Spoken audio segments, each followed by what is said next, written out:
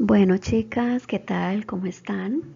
Bueno, mujeres, les cuento que acá estoy pues de nuevo con estas diapositivas para fortalecer conceptos que tenemos pendientes dentro del planeador, dentro del programa del módulo de principios de ortografía y gramática.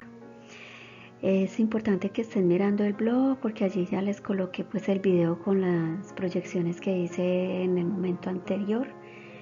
Y acá es importante también que estén retomando los videos porque en la evaluación de desempeño que va a ser el día 25 voy a tener en cuenta esos conceptos para que de pronto pues no vayamos a fallar ahí en cuanto a teoría se refiere.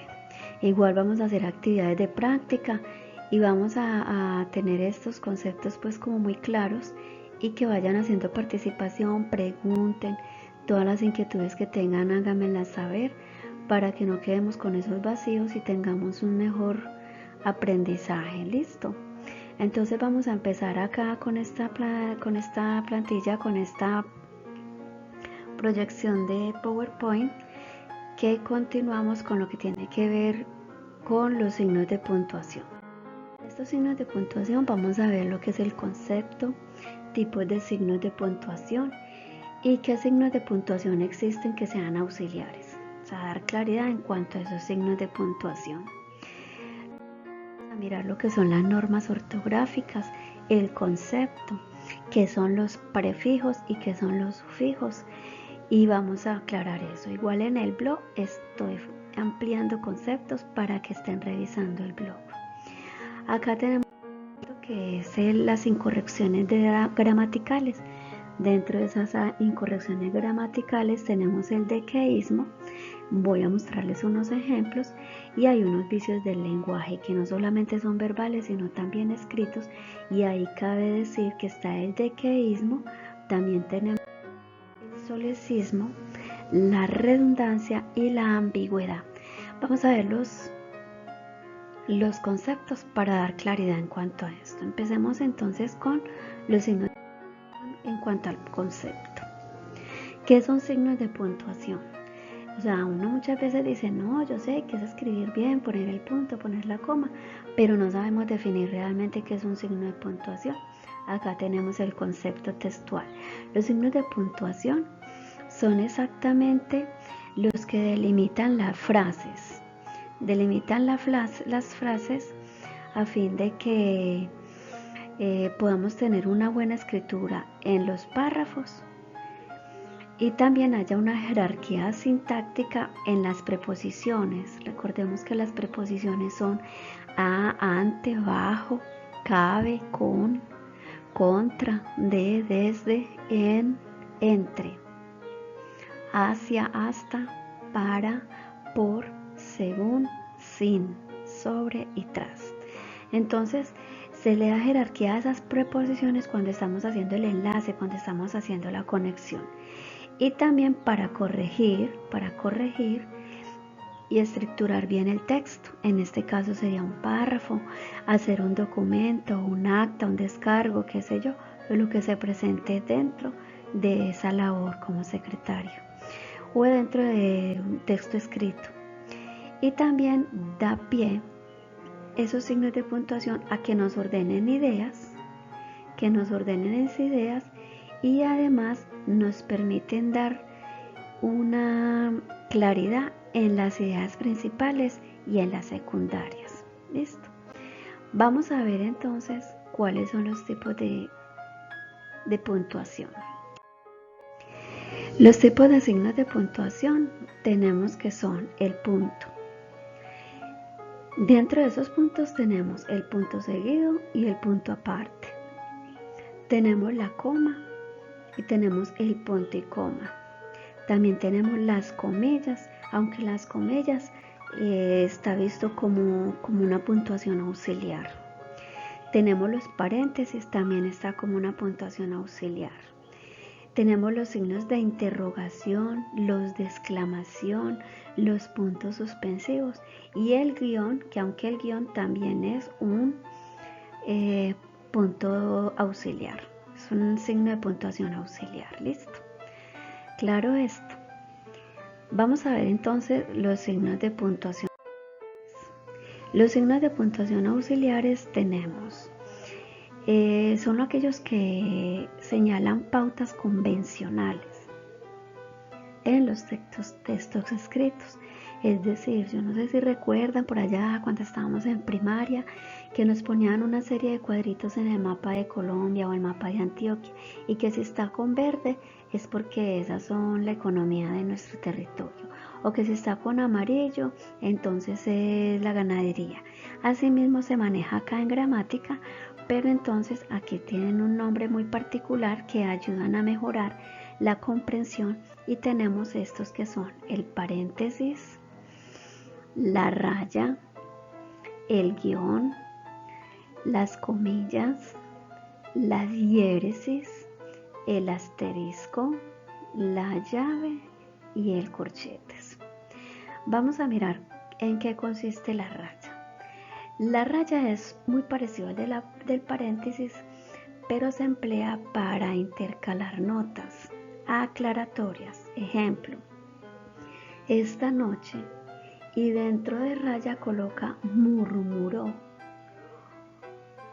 Ha tenido una noche terrible. Vemos que cuando yo digo dentro de raya murmuró es porque me está denotando, porque me está haciendo una aclaración de que esa persona murmuró, cómo lo dijo, a fin de que cuando nosotros estemos leyendo un texto, o la persona, el lector que esté haciendo el ejercicio de hacer la lectura, no va a decir murmuro, sino que va a hacerlo en tono de murmullo, en tono de más bajito. Entonces eso significa. Vamos a ver qué significa el guión. El guión, también se utiliza aquí la raya, que se me escapaba, que es importante cuando tenemos un diálogo. Entonces cuando tenemos ese diálogo, cada raya me indica que va a hablar una persona en lugar de colocar nombre. Dayana dice, Gloria dice, no, se sabe que la primera persona es Dayana y la segunda persona es Gloria, por decirlo así. Entonces guión, la primera vez que se escribe Dayana y se hace 2 puntos y se escribe el guión. Y luego Gloria, 2 puntos y se hace el guión. Ya de ahí para abajo sencillamente se hace una raya porque ya dimos claridad de que es un guión y se omite los nombres de cada personaje. Ahora sí vamos a ver entonces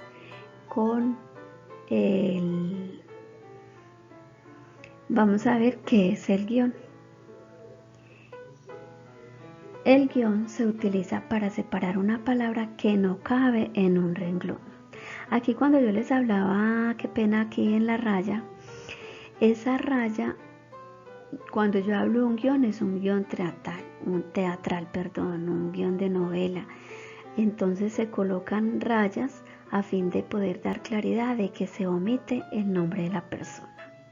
Ahora sí, ¿cuál es el guión? ¿Qué indica el guión? El guión se utiliza para separar una palabra que no cabe en un renglón. Ejemplo, recordemos que no podemos separar consonantes solas, es decir, Claudia estaba estudiando, no me cupo en el renglón estudiando, entonces coloco estudian, termina en consonante N, una raya, y en el otro renglón do. Nunca podemos colocar estudiar y luego N, D, O en el otro renglón, no. Siempre debemos de separar completa la palabra, pues la sílaba. Nunca debemos dejar suelta una vocal, a no ser que lo permita. Por ejemplo, raya, derno, cuaderno, ¿sí? Entonces es para separar ese guión, es a fin de separar una palabra que no les cabe en un renglón. Seguimos con las comillas. Las comillas se utilizan para encerrar el título de ti, es decir, algo propio, algo que se dice, o de alguien que dijo en un artículo, en una revista, porque estamos respetando derechos de autor. Por ejemplo, ay no, a mí esa canción me erizó.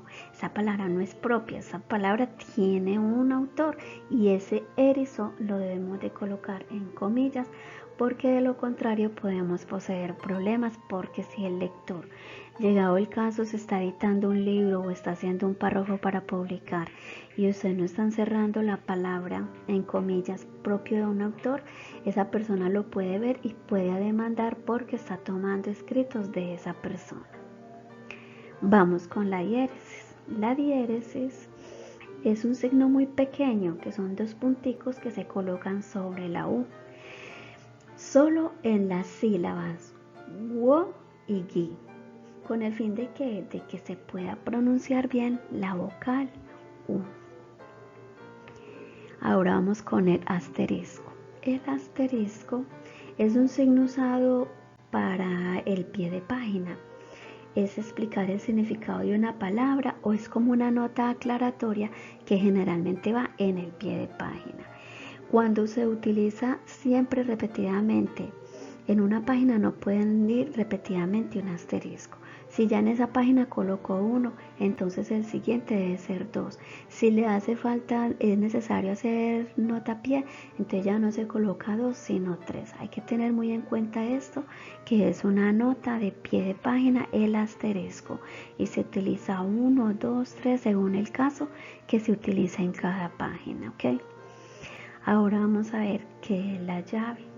La llave se emplea ¿para qué? Para englobar términos en los cuadros sinópticos. Para eso se utiliza, aunque también en matemática lo usan mucho para poder encerrar conjuntos y demás, pero como estamos hablando de gramática, entonces es para hacer cuadros sinópticos. Ahora vamos con los corchetes. Los corchetes son para marcar el principio y el fin de una oración. Entonces escribo: la niña está jugando, inicio con corchetes y cierro con corchetes a fin de dar claridad de que yo estoy terminando la oración para hablar de otra situación. ¿Listo? Vemos acá, por ejemplo, en estos signos de puntuación que se me escapa de pronto los 3 puntos suspensivos. Quiere decir que yo acá en esta diapositiva voy a explicar cada uno porque hay más de ese tema. Entonces yo no coloco ese mensaje, no lo coloco como si fuera directo, porque yo sé que ahí en ese momento les voy a explicar, voy a profundizar en el tema. Bueno, vamos a continuar entonces con las normas ortográficas. Bueno, continuamos con las normas ortográficas. Vamos a ver los conceptos.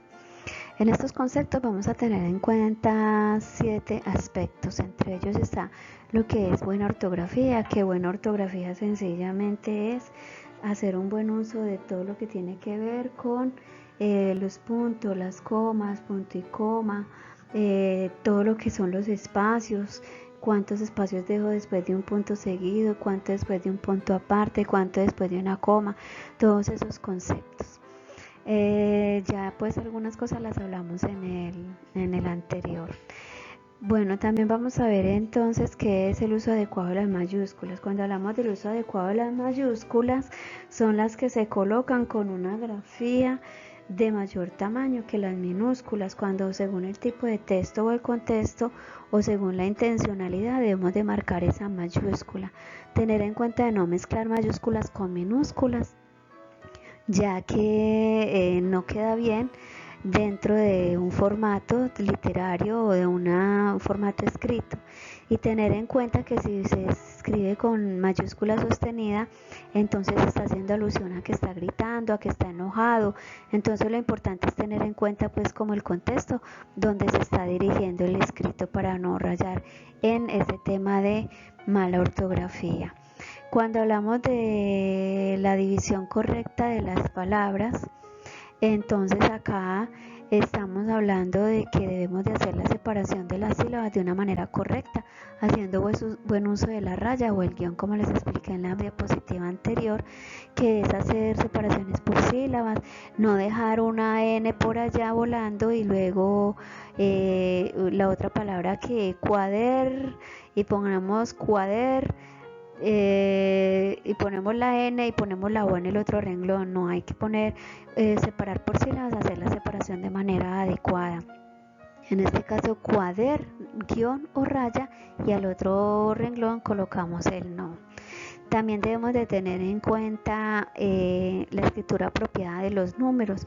Cuando hablamos de los números es escribirla preferiblemente con letras, preferiblemente pues, porque cuando yo escribo me compré 4 pantalones, entonces si estoy haciendo un texto escrito no se vale colocar el 4, porque siempre cuando las cifras son más de 3 o más palabras, entonces ahí sí entramos a, por ejemplo, 4 se vale colocar el nombre, la palabra como tal, pero cuando los números son más de 4 o 5 palabras, ahí sí podemos entrar a escribir el número como tal.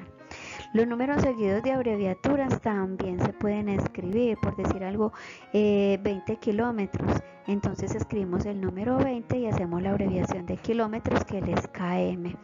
También se vale escribir números cuando están dados los porcentajes mayores a 10.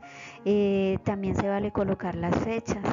Entonces es importante que consultemos también cómo escribir un número con letra o cuándo escribir un número con cifra y hacer las observaciones y la participación dentro del bloque.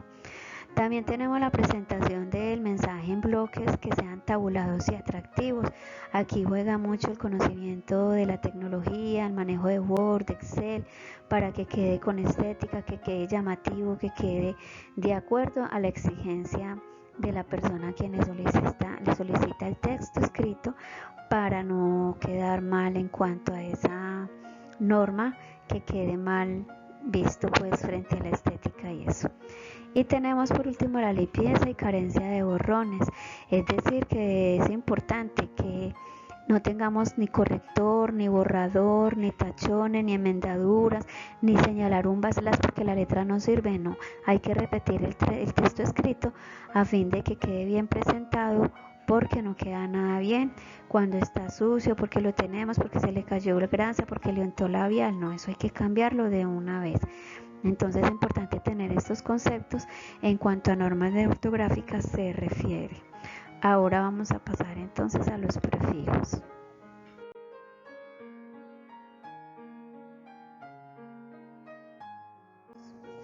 ¿Qué son los prefijos? Los prefijos son una unidad léxica que se anteponen, es decir, se ponen antes de la palabra para formar una nueva y genera un nuevo significado. Entonces, según ese significado, eso se le aportan unos conceptos, un significado, y se clasifican en cuáles. Veas, tenemos las espaciales, las temporales, las espectuales, tenemos las cuantificativas de contar, las reflexivos y los recíprocos. Pero también tenemos los asociativos, los gravativos, los negativos y las de orientación.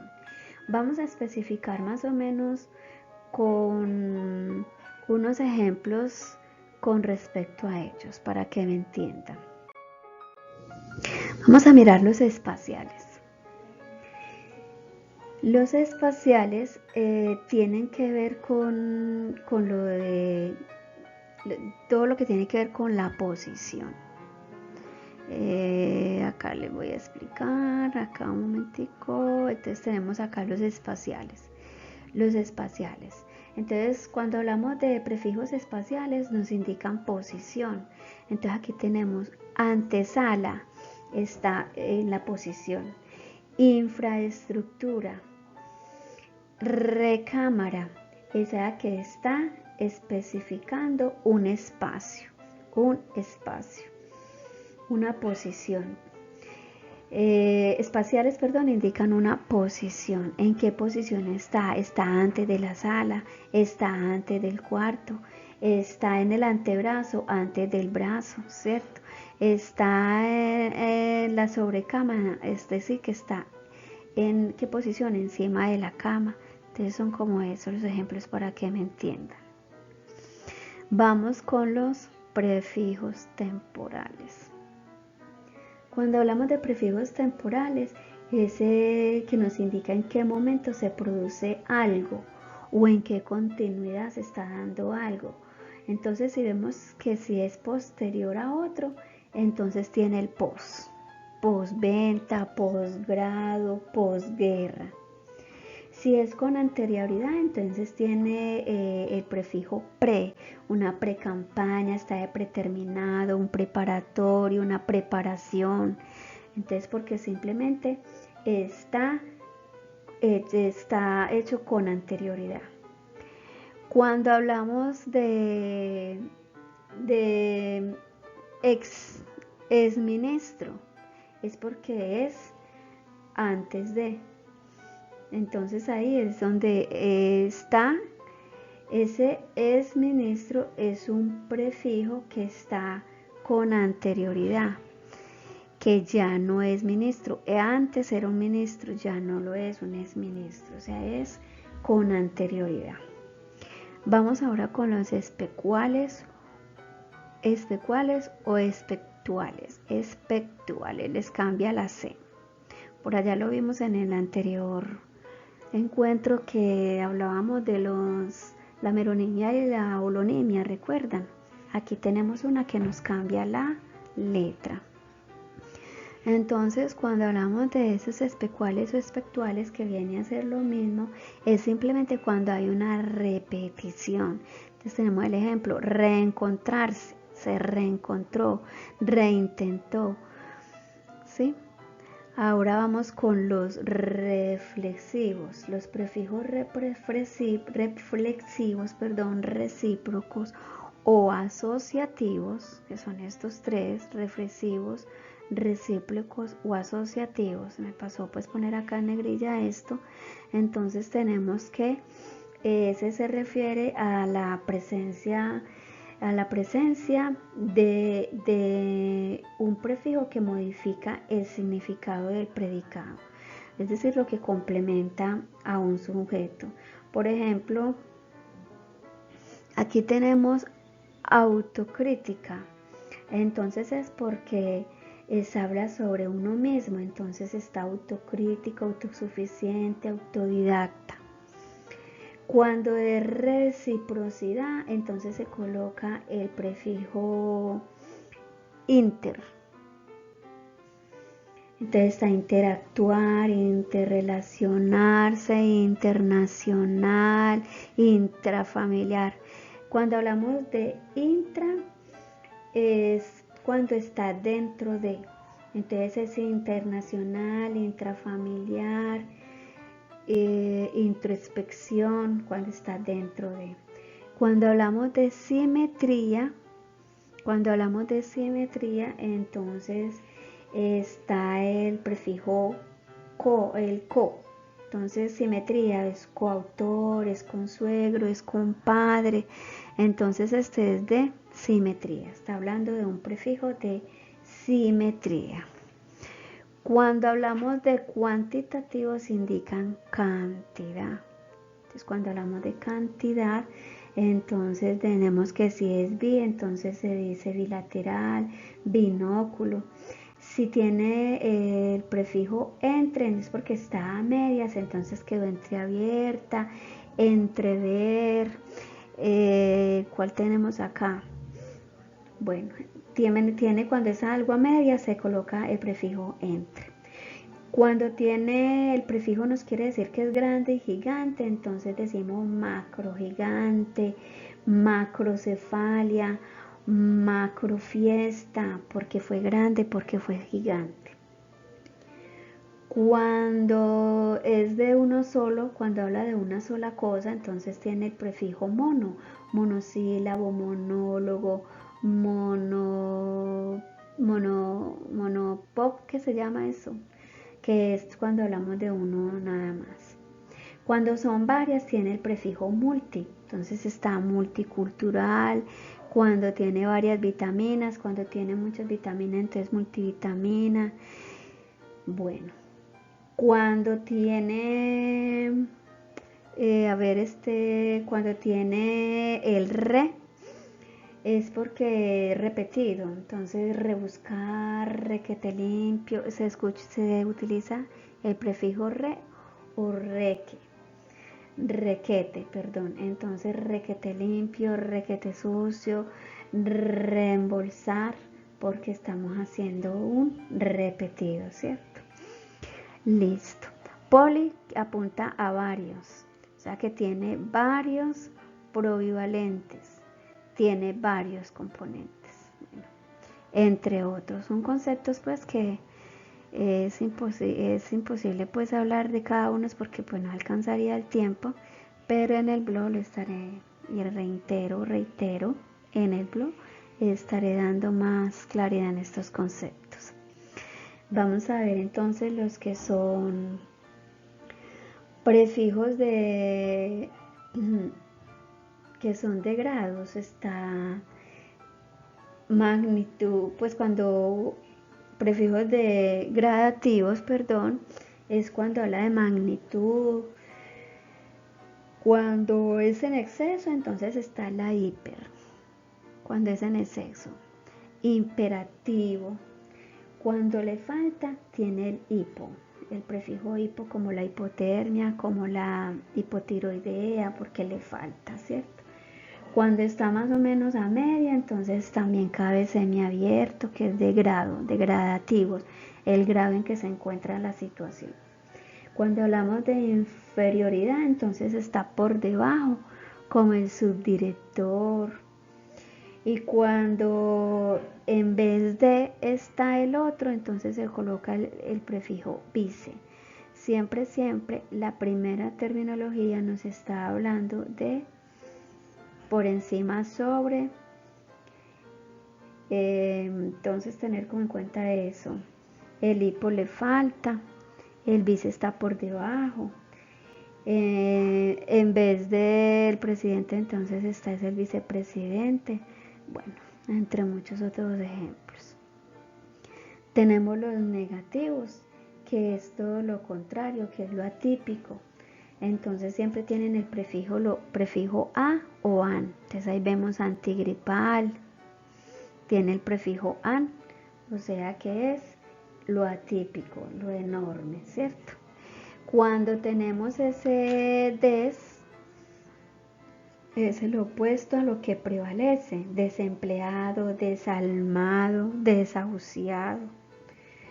Cuando le ponemos el i o el in, es porque sencillamente es lo contrario, Entonces ahí le colocamos los prefijos i, im o la in. Imposible, incorrecto, ilícito, inútil, bueno, todo eso entonces es todo lo contrario de lo contrario. Y terminamos con los prefijos de orientación, que tenemos la partícula en, que es contra de, o sea, está en contra de, como el antivirus, como el antigripal, ¿cierto? Cuando es el contrario, entonces tenemos que es lo contrario en orientación, está en contraluz, está al contrario de la luz. Cuando está a favor, entonces usamos el pro.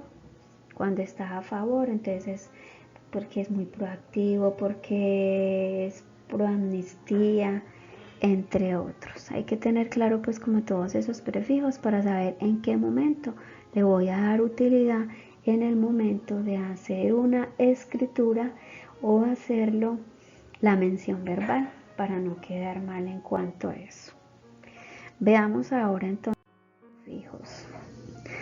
Los sufijos son los afijos, es decir, que se colocan ¿a dónde? Al final. Al final. Cuando nosotros los ponemos al final de una palabra o de la raíz para formar una palabra derivada, se pueden formar adjetivos añadiendo el sufijo ble a una raíz verbal, como por ejemplo aquí, de amar, un sufijo es amable. Cuando nosotros vamos a aludir a una persona como en forma de gobierno, entonces le ponemos el sufijo mona. Entonces le ponemos el sufijo kia, kia. Entonces cuando vamos a aludir formas de gobierno le ponemos el sufijo kia. Por ejemplo, monarquía, oligarquía, se le coloca ese sufijo quia para aludir formas de gobierno. Se le coloca aso cuando vamos a enfatizar el elemento. Por ejemplo, qué amigazo, qué codazo, qué latigazo, qué cabezazo. Es cuando hacemos énfasis en algo, le ponemos el aso. Y cuando es diminutivo, entonces le ponemos el sufijo ito. Por ejemplo, el perro, perrito. Espérame un momentito. Entonces ese ito es un diminutivo. Perrito, amiguito, confitico. Esos son sufijos que tienen que ver con los diminutivos. Bueno, también tenemos el deísmo, cuando hablamos de grado superlativo. Eso está buenísimo, qué hombre tan altísimo. Entonces ese sufijo ísimo es cuando es demasiado superlativo. Y cuando tenemos el sufijo terapia, entonces decimos radioterapia, quimioterapia.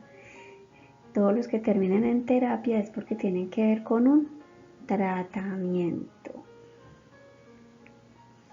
Continuemos entonces con los...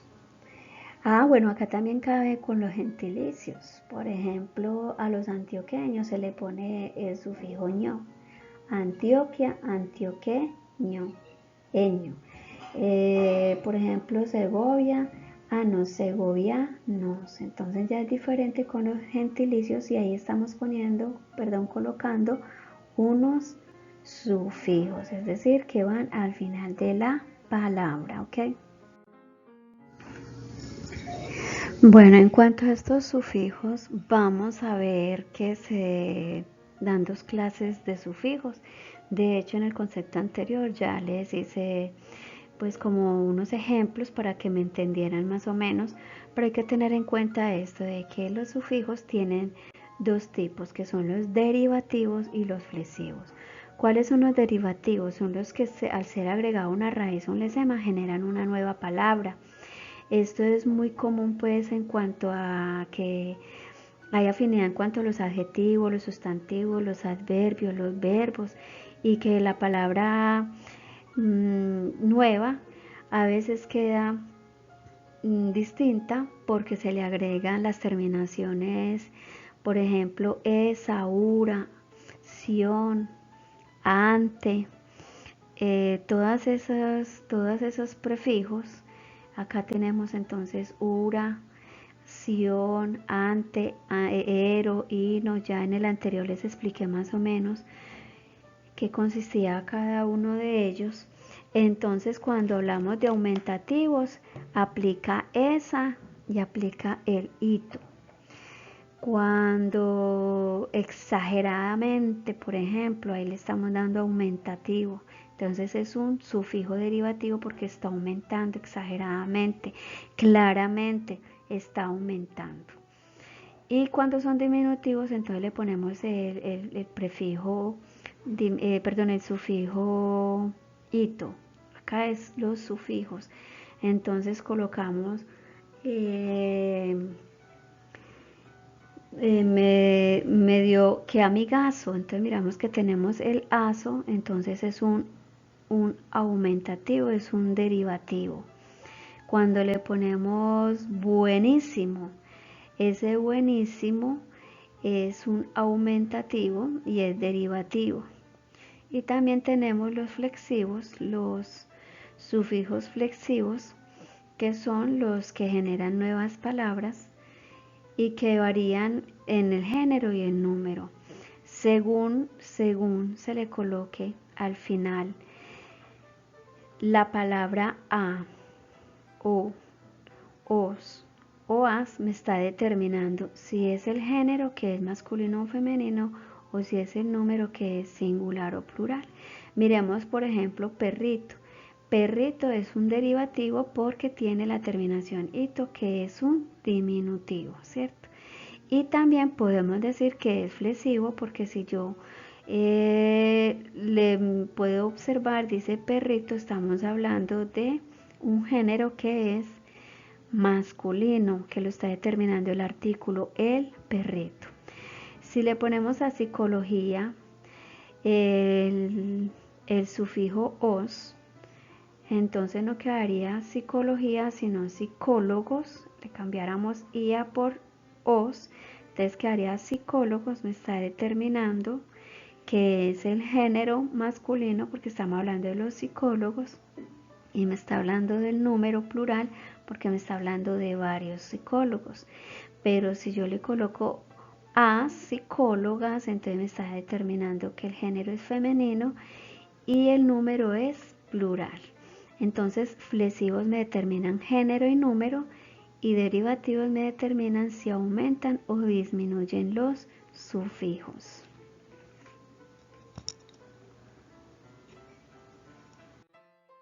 Vamos ahora con los dequeísmos y los queísmos. Entonces vamos a ver el dequeísmo. Primeramente, es un concepto que se usa en la gramática para nombrar a la utilización incorrecta de la expresión de que. La noción, por lo tanto, refiere a una manera indebida de emplear el de, que es que una preposición, y siempre la ponemos junto al que es una conjunción y siempre está puesto en una misma oración. Entonces a veces nosotros, cuando realmente el de no es necesario para entender la oración. Entonces vemos ahorita a continuación unos ejemplos. Voy a decirles unos, ahorita más luego les voy a escribir uno por acá. Recuerdo un ejemplo. Ella me dijo de que viniera a la casa. Está mal porque mire que tenemos el de y tenemos la preposición que, de que, por eso se llama dequeísmo. Entonces ella me dijo de que viniera a la casa. Está mal dicho. Debe decir ella me dijo que viniera a la casa. Debemos de quitar que el de, es decir, quitarle esa preposición. La profe me dijo de que el blog está, de que en el blog está la información. Está mal dicho, lo correcto es la profe me dijo que en el blog está la información. Hay que omitir el de para que la palabra quede bien escrita. Hay una regla muy buena que podemos utilizar para que no caigamos en ese dequeísmo, y es sencillamente formulando la oración que tengamos pues como la duda que está mal escrita y le hacemos en forma de pregunta. Por ejemplo, así usted le exige que la pregunta vaya al encabezado y le coloca la preposición de. Entonces vamos a incurrir en el dequeísmo. Mientras que en el caso contrario sí. Por ejemplo, ¿qué me dijo la profe? Mire la pregunta, yo estoy haciendo la pregunta y me lleva al encabezado. ¿Qué me dijo la profe? Que viniera a la casa. Entonces mire, mientras que el de está sobrando allí. ¿Qué me dijo la profe? No debe estar diciendo de que viniera a la casa, no. ¿Qué me dijo la profe? Me dijo que viniera a la casa. La profe me dijo de que el blog está la información. ¿Cuál sería la pregunta? La profe, ¿qué me dijo? Entonces la respuesta sería que en el blog está la información. Entonces sencillamente establecer una pregunta en el cual la respuesta sea con coherencia y no incurra en el dequeísmo. ¿Listo?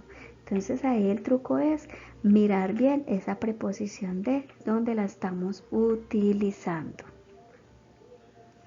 Vamos a ver entonces el queísmo. El queísmo, por lo contrario, es cuando se omite el de.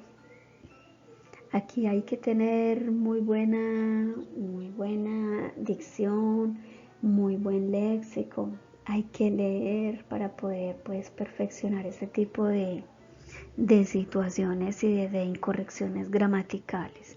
Entonces vemos, por ejemplo, no me di cuenta que había llegado. Está mal dicha, porque le está faltando que la partícula de. No me di cuenta de que había llegado. Entonces aquí sencillamente es una secuencia de que, porque a veces hay momentos que se omite la proposición cuando realmente corresponde hacerla. Porque si yo hago la pregunta, ¿de qué no te diste cuenta? Entonces la respuesta es de que había llegado. Pero si yo digo, ¿de qué no te diste cuenta? Entonces dice que había llegado, mire que está afirmando, cuando realmente no se había dado cuenta. ¿Ven la diferencia? Bueno, veamos entonces acá cómo sería lo correcto. En su caso lo correcto es decir, Manuel insistió en que teníamos que quedarnos más tiempo para poder disfrutar de la cena que tenía preparada. Miren la diferencia. ¿Qué será? Ese es un vicio del lenguaje que muchas veces lo aplicamos, ¿cierto? Este es un ejemplo de un vicio del lenguaje. ¿Qué creen ustedes? ¿Hay dequeísmo o hay queísmo? ¿Qué creen ustedes? Opinen, por favor. Bueno, la dejo ahí y comentamos. Siguiente. Entonces, teniendo claro que los vicios del lenguaje son las formas en que yo empleo el vocabulario de una manera inapropiada, inadecuada, y que a veces se puede dificultar la interpretación correcta de un mensaje. Entonces se escucha muy mal. Entonces cuando hablamos dicción es porque se pronuncia mal, audición porque se escucha mal. Entonces pues comprende todos los factores que alteran el flujo normal de la comunicación totalmente. Usted dice algo malo y uno se hace una idea o a veces no entiende que es ahí que lo vamos a ver más luego, pues hay ambigüedad o que sencillamente no queda clara la expresión. Y esto no solamente lo cometemos de manera escrita, sino también verbal. ¿Listo? Entonces esos son los malos vicios, que hablamos mal, como se nos ocurra, no pensamos, no codificamos, no organizamos las oraciones, no hacemos un borrador para poder entablar un escrito o poder hacer una buena exposición, por decirlo así. Veamos, por ejemplo, en esos vicios del lenguaje tenemos el vulgarismo, que aquí tenemos pues que habla muy mal, qué bonito, en vez de decir qué bonito, qué interesante, aquí me faltó una S, interesante, a veces le ponemos la S donde no es. Mire acá, por supuesto, no es por supuesto, sino por supuesto. Cuando hay cacofonía es porque repetimos mucho una vocal. O yo, otro oso solo, como la canción infantil que hay por ahí con la A, con la E, ¿cierto? Tenemos los pleonasmos, que salga para afuera, que entre para adentro. Entonces eso se llama un pleonasmo. Entonces vemos pues esos malos hábitos del lenguaje. Los extranjerismos, tú tranquis, que yo fresquis, tag, tráeme aquello, o todo realing, todo está claro, pues a veces pecamos como en eso y no nos queda nada bien. Los arcaísmos, eso lo utilizan mucho las personas cuando no son muy letradas y que decimos los montañeros o los indígenas. Venga usted un momentico por acá. Venga usted, no, venga usted. Ay, ¿me vas a hacer el currículum? No, es el currículo. Los neologismos es, ay, chanfle, yo no hice la tarea, entonces es un neologismo porque está exagerando algo. Bueno, y tú no tienes los bloggers, es porque sencillamente no tienes el blog, para no decir blogger, ¿cierto? Y los barbarismos es, no escuchaste pues que te dije, te suena golpeadito, suena mal, no escuchaste. Y que fue, entonces lo decimos con J cuando es que fue, ¿cierto? Entonces mire que son este tipo de malos vicios que a veces los colocamos en nuestro día a día, en nuestra manera de expresarnos y que en cierta manera no nos queda nada bien cuando nos estamos preparando para una buena edición, para una exposición, para un foro, en fin, de manera verbal hasta escritura también lo manejamos. Muy bien. Vamos a continuar con otras incorrecciones gramaticales. Tenemos el solecismo, también se los amplié muy bien en el blog, que es en alterar el orden de las palabras, el orden de la frase. Entonces decimos al punto de cuando realmente es hasta el punto de, cambiamos de conformidad a, no se dice de conformidad con. Entonces hay que tener en cuenta cómo organizamos las palabras para poder decir que no estamos pecando con una incorrección gramatical como el solecismo. Entonces es alterar el orden sintáctico y correcto de los elementos de una frase. Bueno,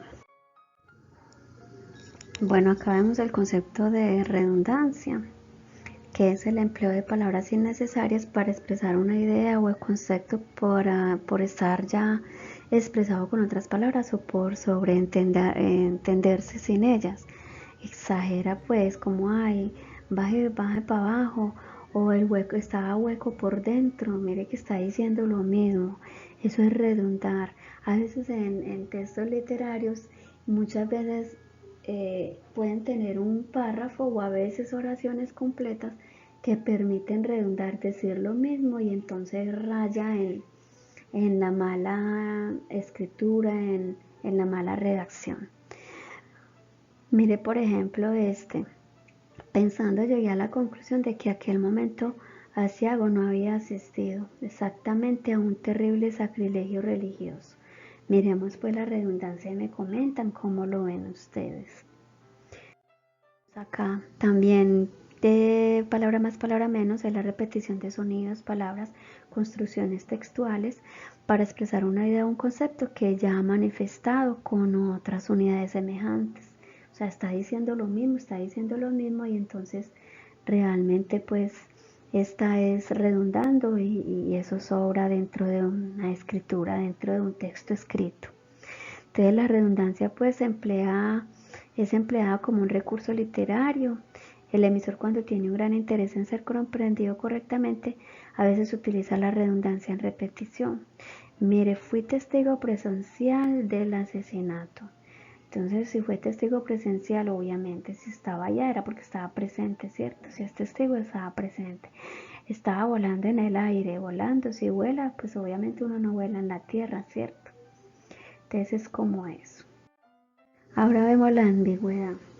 La ambigüedad es el comportamiento, hecho, palabra o expresión que puede entenderse o interpretarse de diversas maneras. Es decir, que queda como entredicha la cosa, que uno no entiende la situación.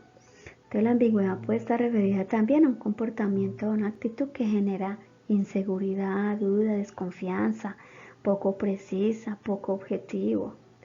Entonces acá tenemos un ejemplo. José repite constantemente que extraña a su esposa, pero no manifestó señales de alegría al saber que regresaría esta semana. En ese sentido puede concluirse que la actitud de José refleja ambigüedad. ¿Por qué? Porque miremos acá. Observemos el texto y de acuerdo a lo que les dije de la ambigüedad, entonces concluyan y me comentan por favor, porque en el blog lo voy a colocar y me comentan con respecto a esto. Recuerden que es algo que se expresa y que tiene un doble sentido, una doble interpretación, que uno no entiende qué dijo, si dijo esto, si dijo aquello. Entonces uno dice como dijo el francés, con con ça, ¿cierto? ¿Y qué pasó aquí? ¿Qué fue lo que dijo? O cómo es que vamos a interpretar eso.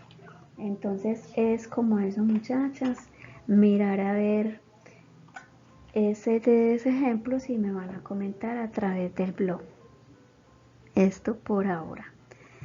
Nos veremos pronto continuando con este tema de principios de ortografía y gramática.